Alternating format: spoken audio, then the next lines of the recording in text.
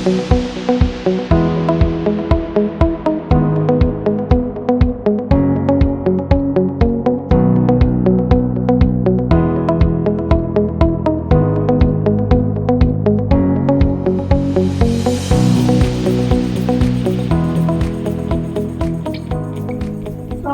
warahmatullahi wabarakatuh. Salam sejahtera untuk kita semua. Perkenalkan, nama saya Septiana Prameswari. Saat ini saya menjabat sebagai Ketua Bagian Pidana di Fakultas Hukum Universitas Wijaya Surabaya. Pada mata kuliah kali ini, saya mengampu mata kuliah Hukum Pidana dan Hukum Peradilan Pidana. Saat ini saya akan menjelaskan deskripsi singkat mengenai mata kuliah Peradilan Anak, di mana pada mata kuliah ini berisi tentang berbagai hal yang berkaitan dengan hukum pidana anak, yaitu tentang hukum pidana yang berlaku bagi anak di Indonesia, beserta asas-asasnya, serta proses beracara. Selain itu juga mendeskripsikan tentang tindak pidana, sanksi, penghapusan pidana, pengurangan, dan juga pemberatan pidana, serta proses penjatuhannya. Sejarah adanya hukum acara pidana ini diberikan sebelum menjelaskan proses penyelesaian tindak pidana yang dilakukan oleh seorang anak. Adapun tujuan dari CPL MK-nya, yaitu mahasiswa memiliki pemahaman dan mampu menjelaskan ruang lingkup hukum acara peradilan anak melalui contoh-contoh atau permasalahan yang terjadi di masyarakat, memahami dan menguraikan sejarah peradilan pidana anak, sampai dengan memahami proses pelaksanaan diversi dan restoratif justice. Adapun sub CPMK yang akan terapkan di dalam mata kuliah hukum peradilan anak adalah mengenal ruang lingkup hukum acara peradilan anak melalui kasus atau permasalahan yang ada, memahami dan menguraikan sejarah peradilan pidana anak, memahami sistem berlakunya hukum acara pidana anak, memahami karakteristik anak yang berhadapan dengan hukum, anak yang berkonflik dengan hukum, dan anak yang menjadi saksi maupun korban tindak pidana. Selain itu juga memahami pola pemidanaan bagi anak yang berkonflik dengan hukum, kemudian juga mampu menguraikan pola penindakan bagi anak yang berkonflik dengan hukum, lalu juga mampu menentukan kapan seorang anak dapat dipidana. Selain itu juga mampu menggambarkan proses peradilan pidana anak, sehingga mahasiswa juga mampu menguraikan hak-hak yang diberikan terhadap anak yang berhadapan dengan hukum. Dengan memahami proses peradilan anak menurut KUHP, selain itu juga memahami perbedaan proses peradilan anak menurut KUHP dan Undang-Undang Acara Peradilan Anak, serta memahami upaya diversi dan restoratif justice. Adapun beberapa buku referensi yang digunakan di dalam mata kuliah hukum acara pidana yang pasti adanya Kitab Undang-Undang Hukum Acara Pidana, yang kemudian kedua adalah Kitab Undang-Undang Hukum Pidana, dan juga adanya Undang-Undang Sistem Peradilan Pidana Anak. Yang buku referensi berikutnya antara lain ada bukunya dari Muhammad Nasir Jamil dengan judul Anak Bukan Untuk Dihukum. Selain itu juga ada judulnya Peradilan Pidana Anak di Indonesia dengan karangannya Ibu Marlina. Kemudian buku referensi yang ketiga adalah karangan dari Setia Wahyudi dengan judul Implementasi Ide Diversi dalam Pembaharuan Sistem Peradilan Pidana Anak di Indonesia. Yang keempat ada bukunya, penerbitnya adalah Ibu Sri Sutati yang berjudul Rekonstruksi Sistem Sanksi dalam Hukum Pidana Anak di Indonesia. Adapun metode pembelajaran yang saya gunakan dalam mata kuliah hukum acara pidana kali ini, yaitu pemaparan teori berupa ceramah, yang berikutnya adalah interaksi di dalam kelas. Di sini saya berdiskusi dengan mahasiswa terkait kasus-kasus serta permasalahan-permasalahan yang ada di Indonesia. Kemudian yang terakhir adalah tugas analisa kasus yang harus dikerjakan mahasiswa dan didiskusikan bersama di dalam kelas. Sekian pemaparan dari saya. Terima kasih. Wassalamualaikum warahmatullahi wabarakatuh. Assalamualaikum warahmatullahi wabarakatuh. Waalaikumsalam warahmatullahi wabarakatuh. Masih semangat? Masih.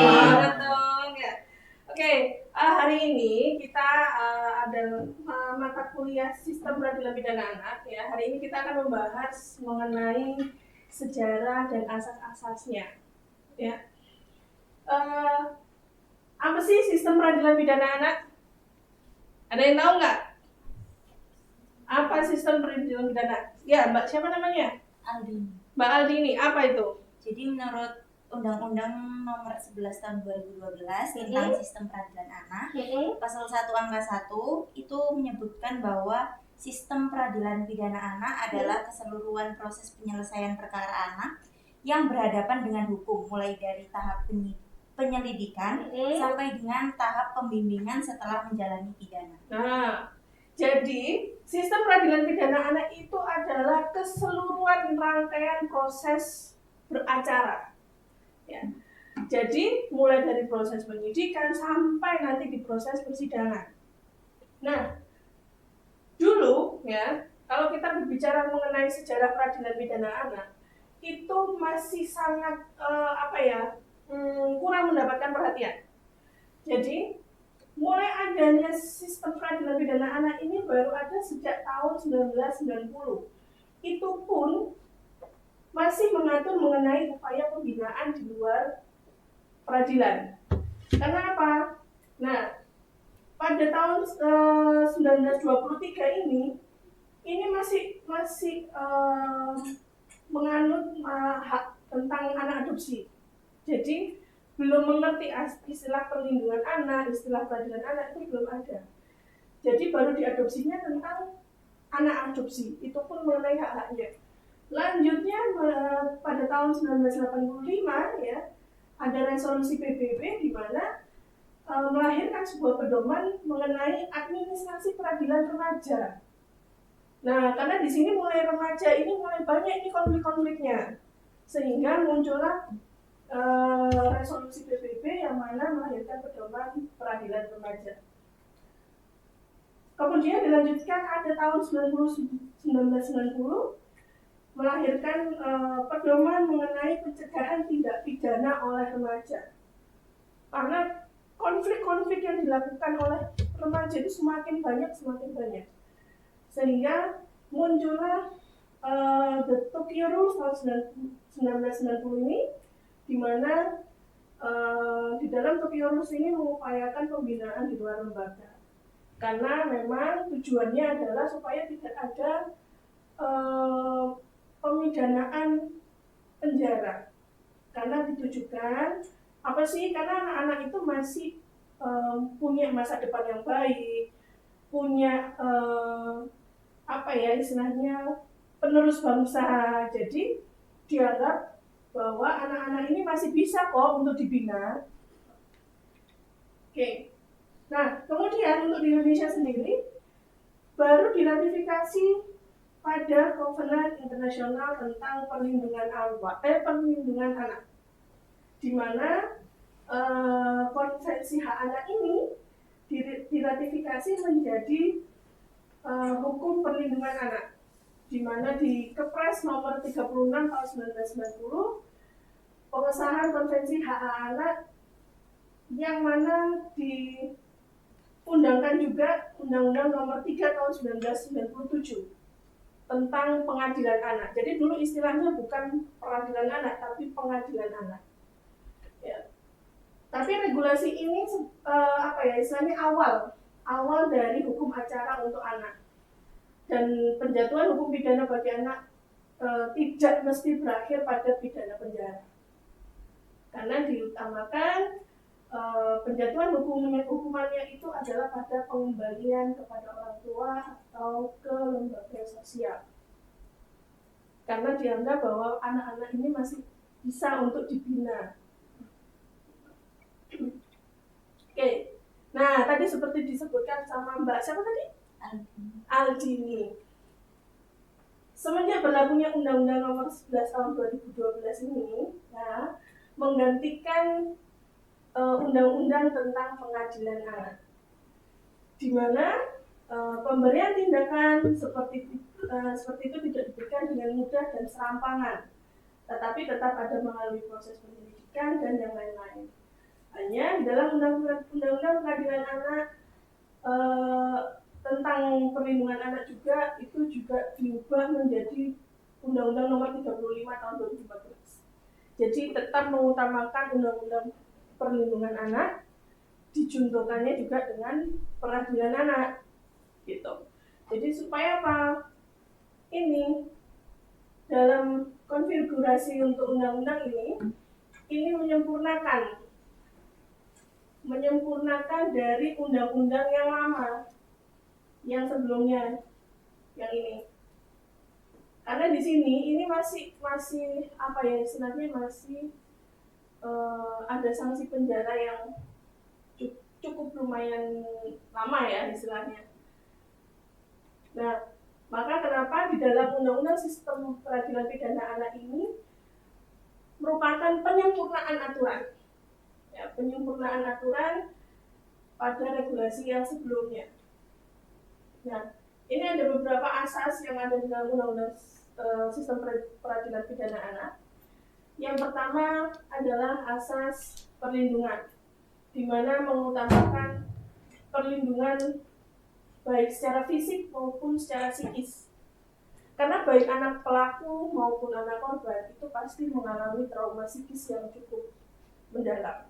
Jadi diperlukan perlindungan bagi anak untuk mengembalikan rasa traumatisnya. Kemudian ada asas keadilan, di mana asas keadilan ini harus mencerminkan keadilan bagi anak. Nah, adil itu apakah sama rata? Kan tidak. Ya, apalagi bagi anak. Misal, kalau pencurian hukumannya 5 tahun misalnya. Apakah anak juga sama dengan orang dewasa? Tidak. Makanya di dalam Undang-Undang Peradilan Anak ini hukumannya pun kalau misalnya anak itu melakukan kejahatan atau melakukan tindak pidana, hukumannya tidak akan sama dengan peradilan dewasa atau dengan pelaku dewasa.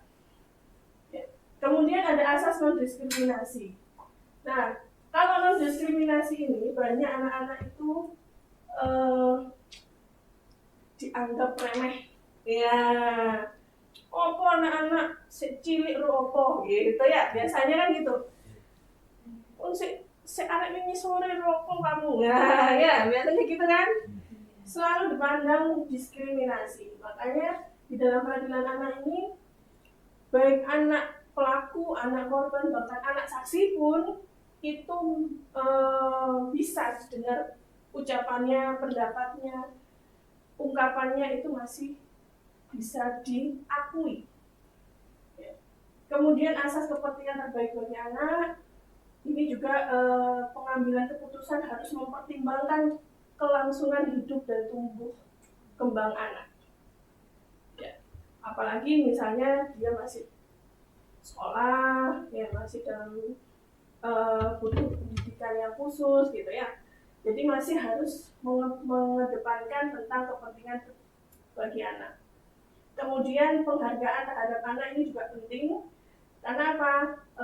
Hak anak untuk berpartisipasi yang menyatakan pendapatnya dalam pengambilan keputusan, terutama menyangkut mengenai kehidupan bagi anak itu sendiri. Nah, kemudian ada asas kelangsungan hidup dan tumbuh kembang. Ini pasti. Anak itu pasti masih berkembang. Kalian aja pasti butuh berkembang. Ya. Butuh untuk nutrisinya, pendidikannya, ya. Lalu untuk mentalnya juga, ya. Jadi hak asasi yang paling mendasar bagi anak dilindungi oleh negara. Kemudian ada asas pembinaan dan pembimbingan. Nah, kenapa kok saya bilang di Undang-Undang Sistem Peradilan Pidana Anak ini mengutamakan lebih ke pembimbingan, bukan penjatuhan sanksi. Supaya apa? Untuk meningkatkan kualitas ketakwaan kepada Tuhan Yang Maha Esa, intelektual, sikap dan perilaku, pelatihan keterampilan, dan lain-lain. Kenapa? Anak-anak ini masa depannya masih cerah. Ya, nantinya kalian ini adalah mahasiswa atau orang-orang yang penerus bangsa kita. Ya, kalau bukan anak-anak, siapa lagi yang bisa meneruskan cita-cita bangsa kita? Ya kan? Makanya Di dalam Undang-Undang Sistem Peradilan Pidana Anak itu lebih mengutamakan pembinaan dan pembimbingan. Kemudian ada asas proporsional, di mana perlakuan terhadap anak harus memperhatikan batas keperluan umur dan kondisi anak. Ya nggak bisa disamakan, misalnya yang satu anak SD masih butuh main-main, yang satunya anak SMA yang harus sudah belajar, mau ujian, mau masuk kuliah misalnya, kan tidak sama. Jadi harus mengedepankan proporsional. Kemudian yang ke-9 ini adalah asas perampasan kemerdekaan merupakan upaya terakhir. Nah, upaya terakhir itu pun kalau misalnya tindak pidana yang dilakukan itu sudah paling berat, ya, dan ternyata dia merupakan residivis, nah, itu merupakan upaya yang paling terakhir. Kalau memang anak itu memang pidananya bukan pidana yang berat dan memang masih pertama kali misalnya, maka masih bisa diupayakan dengan restoratif justice. Di dalam restoratif justice itu ada istilah diversi. Ada yang tahu diversi? Tidak tahu, belum tahu. Sistem di luar peradilan pidana, ya. Oke. Nah, selain itu juga ada asas penghindaran pembalasan. Jadi tujuannya bukan untuk pembalasan dendam, tapi untuk, sekali lagi, untuk pembinaan. Nah, anak ini kalau di dalam sistem peradilan pidana anak ada 3 klasifikasi. Ada anak pelaku, ada anak korban, dan saksi. Ya. Kalau anak pelaku ini adalah kisaran usia sudah berumur 12, ya, tetapi belum berumur 18 tahun. Ya. Sudah 12 tahun tapi belum berumur 18 tahun. Kalau anak korban, mau itu umur 5 tahun, mau umur 6 tahun, asalkan dia belum berumur 18 tahun. Sama juga dengan saksi. Ya, jadi anak korban dan anak saksi ini usianya itu belum berusia 18 tahun. Jadi baik itu misalnya anak balita atau misalnya masih TK misalnya, itu bisa dikatakan sebagai anak, masing-masing kategori anak, baik itu pelaku maupun saksi. Nah, ini ada kata-kata di dalam pasal 28B Undang-Undang Dasar RI 1945. Pemerintah sudah mengatur bahwa setiap anak berhak atas kelangsungan hidup, tumbuh, dan berkembang, serta berhak atas perlindungan dari kekerasan dan diskriminasi. Kenapa? Kebanyakan memang orang-orang sekitar, ya, masyarakat selalu meng-underestimate anak-anak. Ya, ini sing guyu-guyu biasanya ini relate ini, ya. Opo arek wingi sore kok iso opo gitu, ya, biasanya kan begitu. Padahal pemerintah negara sudah mengatur bahwa setiap anak itu bebas memberikan berkembang untuk perlindungannya, kekerasannya, bisa untuk hidup, tumbuh, dan berkembang selayaknya anak-anak. Kadang masih usia berapa karena tuntutan ekonomi harus bekerja. Padahal nggak bisa. Apakah sesuai dengan haknya dia untuk kelangsungan hidup dan tumbuh berkembang? Kan tidak. Ini gimana lagi itu tuntutan ekonomi, ya. Nah, oke. Sekarang ada yang mau bertanya. Silakan Mbak Kartika, Bu. Mbak Kartika, silakan pertanyaannya. Yang ingin saya tanyakan sekarang tuh, tadi kan Bu Tia sempat mengatakan kalau dalam sistem peradilan anak itu ada yang namanya kebijakan diversi. Nah, yang ingin saya tanyakan itu, apakah kebijakan diversi itu sudah efektif atau belum, Bu, dalam penerapan hukum di negara kita sekarang? Oke. Apakah diversi itu sudah efektif atau belum? Ya. Kalau kita bilang efektivitas, tentu itu sudah cukup efektif untuk anak, khususnya untuk pelaku anak ya. Karena apa? Kebanyakan untuk peradilan anak yang kasusnya itu yang pidana ringan, itu lapas di Indonesia, bahkan lapas khusus anak itu sudah full, sudah over kapasitas. Jadi saya rasa kalau untuk adanya diversi ini sudah cukup baik. Karena apa? Khususnya untuk kasus-kasus ringan ya, misalnya kayak kekerasan ringan, ya, tindak pidana pencurian ringan misalnya, itu nggak perlu diproses sampai ke peradilan, nggak perlu sampai di penjara. Kalaupun misalnya bisa diselesaikan secara musyawarah, ya kenapa enggak gitu.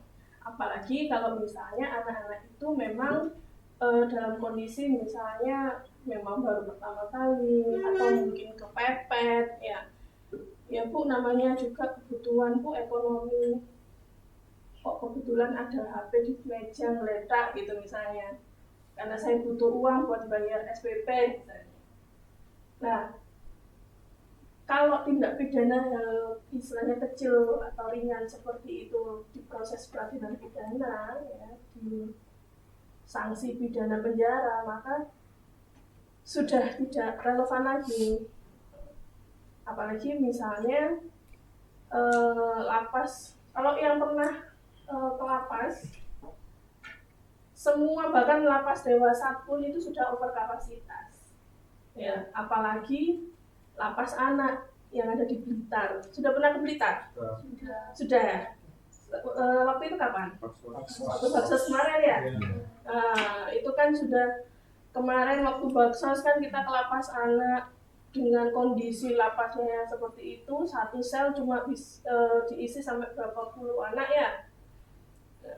Padahal untuk kapasitas satu sel itu nggak bisa lebih dari 10 kalau nggak salah. Sedangkan kondisinya sudah terlalu overload, mau dititipkan ke lapas biasa juga lapas biasanya penuh dengan kasus-kasus yang lain juga ya. Akhirnya ya ini nggak bisa tertampung sudah. Makanya kalau ada diversi ini enak, kenapa? Kalau kasus permasalahan yang tidak pidana ringan bisa dibicarakan apakah dikembalikan ke orang tua untuk dibina atau dikembalikan ke lembaga sosial gitu. Jadi kalau di lembaga sosial nanti anak itu juga dibina, misalnya diberikan keterampilan atau misalnya ke psikiaternya, ada pendidikannya, ada konseling juga gitu ya. Jadi lebih efisien dan efektif sih menurut saya. Ada lagi yang mau tanya? Oke, silakan Mas apa? Ivan. Mas Ivan. Ya. Oke, silakan. Saya menanyakan untuk mungkin perbedaan mekanisme antara peradilan dan juga peradilan anak. Mekanisme peradilan anak dengan Peradilan biasa. ya.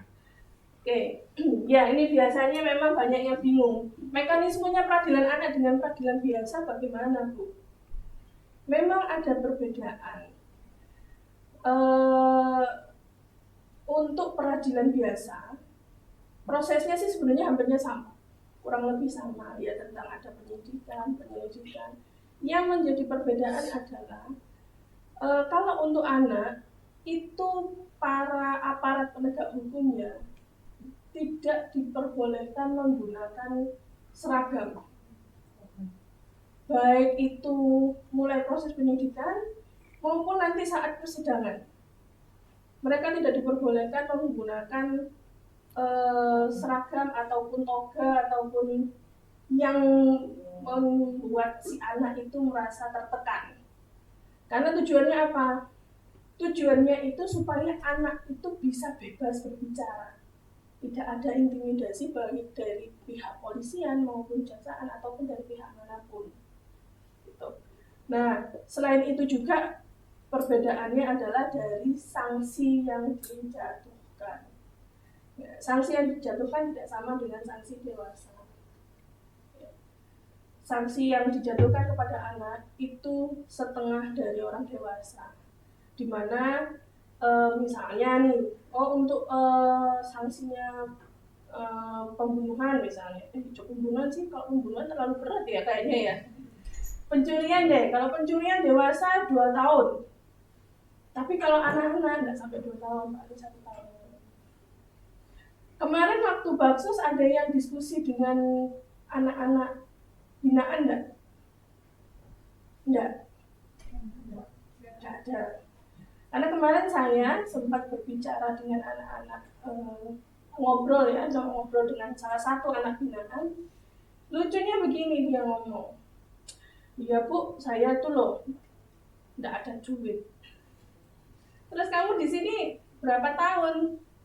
"Saya 1 tahun Bu." "Nah itu udah berapa lama?" "Sudah 8 bulan kalau nggak salah waktu itu." "Ya wes mari ini kan keluar," saya gitu. "Oh coba baleni mana ya?" saya gitu kan. "Insya Allah." Ya, jadi karena apa ya, tuntutan ekonomi juga faktornya besar juga untuk anak-anak itu akhirnya melakukan suatu tindak pidana. Jadi beda dengan orang dewasa. Kalau orang dewasa pun kadang bisa dibina tapi agak susah juga. Tapi kalau anak-anak itu masih bisa untuk dibina. Kemudian ada juga kemarin waktu di lapas anak itu ada yang ini antar sekolah itu apa? Perkelahian antar sekolah, tawuran. Nah, tawuran antar sekolah. "Kenapa kamu kok tawuran?" "Iya Bu, soalnya sekolah si A ini ngejek teman saya." "Terus mau Mbok baleni mana?" Enggak Bu, kapok saya Bu sudah di sini."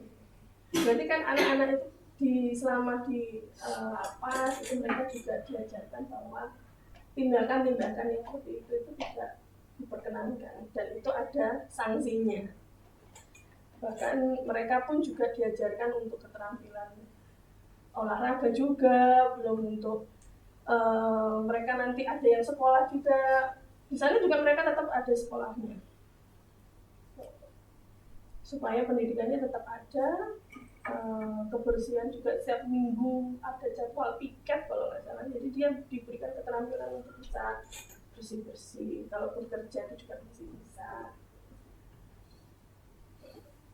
Ada lagi yang mau ditanya? Sudah ya? Oke. Kalau sudah, kelas saya akhiri. Kita ketemu lagi minggu depan ya.